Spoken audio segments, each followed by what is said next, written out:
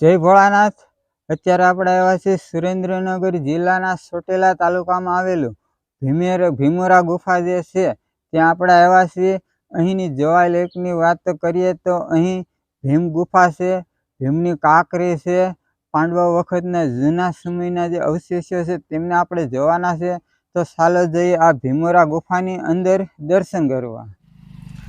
તો અત્યારે આપણે જઈ રહ્યા છીએ પાંડવો સમયના પૌરાણિક જગ્યા જેમ કે ભીમોરા ગુફા અને ભીમની કાંકરી અને પાંડવો માટે કુંતા માતા રસોઈ બનાવતા હતા તે કુંતા માતાજીનું રસોડું અને પાંડવો દ્વારા સ્થાપિત કરેલા શિવ મંદિર અને અહીંના જોવાલાયક સ્થળ જેમ કે અત્યારે આપણે જઈ રહ્યા છીએ આ ભીમ ગુફા જે અત્યારે આપ જોઈ રહ્યા છો કે આપણે ધીરે ધીરે આ ભીમ ગુફા તરફ જઈ રહ્યા છીએ જે આપ અત્યારે જોઈ રહ્યા છો। અને આ એ જ ગુફા છે જ્યાં પાંડવો વનવાસ દરમિયાન અહીંયા રોકાણા હતા જે અત્યારે ભીમોરા ગુફા તરીકે ઓળખવામાં આવે છે। જે અત્યારે આપ જોઈ રહ્યા છો કે આપણે આ ભીમોરા ગુફાની એકદમ નજીક પહોંચી ગયા છીએ અને અહીંયા હાલમાં પેઇન્ટિંગ દ્વારા જે આપને જોવા મળે છે જે અત્યારે આપ પેઇન્ટિંગ સરસ મજાનું કરેલ છે જે અત્યારે આપ જોઈ રહ્યા છો।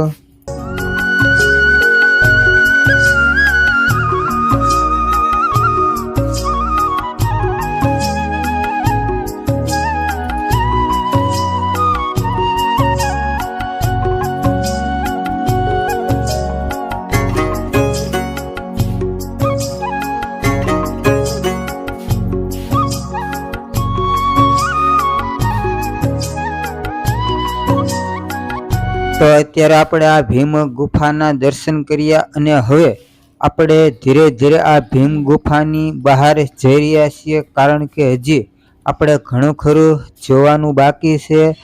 જે અત્યારે આપ પણ જોઈ રહ્યા છો કે આપણે ધીરે ધીરે આગળ જઈ રહ્યા છીએ અને અહીંથી બહાર નીકળતા સૌ પ્રથમ એક કુંતા માતાનું રસોડું કહેવામાં આવે છે જે અત્યારે આપ જોઈ રહ્યા છો કે પાંડવો માટે આ એ જ રસોડું છે જે પાંડવો માટે કુંતા માતા અહીં રસોઈ બનાવતા હતા તે જ આને રસોઈ ઘર કહેવામાં આવે છે। જે અત્યારે આ રસોઈ ઘર આપ અત્યારે જોઈ રહ્યા છો। આપણે આ કુંતા માતાના રસોડાના દર્શન કર્યા બાદ હવે આપણે હજી ઘણું ખરું જોવાનું બાકી છે તો હવે આપણે આ જે કુંતા માતાનું રસોડું છે તેમની ઉપર થઈ અને આગળ ધીરે ધીરે આ ભીમોરા ગુફાની ઉપર જઈ રહ્યા છીએ। ત્યાં શું છે તે આપણે જોવાનું છે તો આપણે આ ભયંકર જગ્યા રસ્તામાં થઈ અને અલગ અલગ પ્રકારના નજારા જોતા જોતા આપણે આગળ વધી રહ્યા છીએ। જે અત્યારે આપ પણ આ ભયંકર જગ્યાના દર્શન કરી રહ્યા છો અને આ જગ્યા કેટલી ભયંકર છે જે અત્યારે આપ જોઈ રહ્યા છો કે આપણે આ ધીરે ધીરે ભીમોરા ગુફાની ઉપર જઈ રહ્યા છીએ અને આજે અહીંના સ્થાનિક રહેવાસી એવા આપણી સાથે નાના બાળકો છે તે તેમના સાથ સહકારથી આજે આપને અહીં બહુ જ ન જાણ્યું હોય તેવું જાણ્યા જેવું છે જે આપને બતાવવા માટે લઈ જઈ રહ્યા છે। જે અત્યારે આપ જોઈ રહ્યા છો કે અહીં શું શું જોવાનું છે તે આપણે જોવાનું છે। તો આવા ભયંકર ઝાડીમાં બહુ સરસ મજાનું જોવાલાયક સ્થળ છે જે આપણે આ નાના બાળકો પાસેથી શું કહેવાનું છે તે જોઈ રહ્યા છીએ। તો અત્યારે આપ જોઈ રહ્યા છો આપણે આવ્યા છીએ આ જે ભીમોરા ગામની અંદર જે અહીંના જે સ્ટુડન્ટ છે આપણી સાથે, તો એમના મુખેથી આ ઇતિહાસની વાત આપણે જણાવશે. અને સૌપ્રથમ આપનું નામ? હાર્દિક. આપનું? યુવરાજ. પ્રકાશ. જીતેશ. તો આ જે બધા જે ભાઈઓ છે એ અહીંના જે રહેવાસી છે, તો એને મુખેથી આપણે આ બધું સાંભળવાનું છે. તો હવે કોણ બોલવાનું? જીતેશભાઈ ને? યુવરાજ. આ જે યુવરાજભાઈ છે, તો એ આપને અહીંનું જે જોવાલાયક સ્થળ છે ને એ આપને બતાવશે. भीमोरा एक रेलगाड़ी से और रिक्शा भी है और घणी बधी चीजों है। पाणानी काकड़ी, भीमनी गुफाओं, रिक्शा કેવામાં આવે છે. આ એનું હેન્ડલ, આ તેની આ એન્જિન, હા આ એન્જિન, આ બેસવાનું, અહીંયા અંદર બેસવાનું. હા વાંધો નહીં. હવે બીજું આ રેલગાડી, બીજું હવે આ રેલગાડીના ડબ્બા છે. અને અહીંયા ભીમની ગદા ઢસડવાથી તેમની નિશાને અહીંયા જોવા મળે છે. ત્યાં નાના બાળકો લસરપટ્ટે ખાઈને મજા આનંદ લઈ રહ્યા છે, જે આપ અત્યારે જોઈ રહ્યા છો. અને હવે અત્યારે આપ જોઈ રહ્યા છો આ ભીમની રિક્ષા કહેવામાં આવે છે. ભીમે આ રિક્ષામાં હાંકી હતી, પણ એવું ટાયર ને એવું અત્યારે હે અને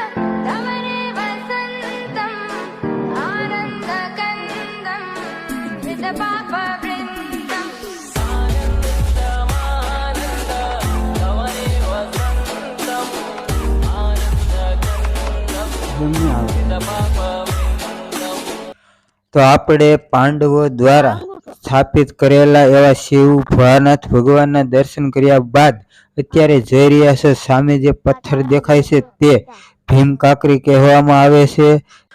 જ્યારે ભીમે આ પથ્થરને કાકરી સમજીને હથેળીમાં રાખી હતી અને આ પથ્થરમાં ભીમના આંગળીઓના નિશાન રહી ગયા છે, જે આપ પણ જોઈ શકો છો કે અહીંયા આંગળીઓના નિશાન આપને જોવા મળે છે. તો અત્યારે આપ જોઈ રહ્યા છો આ છે જે ભીમ કાકરી છે, જે અહીંયા આપણે ચારે બાજુ જે નિશાન છે તે આપ જોઈ રહ્યા છો. તે આ રીતે છે જે તમે અત્યારે જોઈ રહ્યા છો. અહીંયા નીચે જે છે એ હથેળી છે અને આ આપ જોઈ રહ્યા છો તે અંગૂઠો છે અને અહીંયા પાણી છે. અને આ જે ચાર આપણે જોઈ રહ્યા છો તે આંગળીઓ છે, જે ભીમની કાકરી કહેવામાં આવે છે. તો અત્યારે આપ જોઈ રહ્યા છો કે આ અંગૂઠો છે અને એની નીચે જોઈએ તો આ જે છે તે પાણી છે. અને અહીંયા આપણે ચારેય આંગળીઓ જોવા મળે છે. તો આ આવી રીતે જો નિશાન જોઈએ તો આવી રીતે બતાવવામાં આવે છે.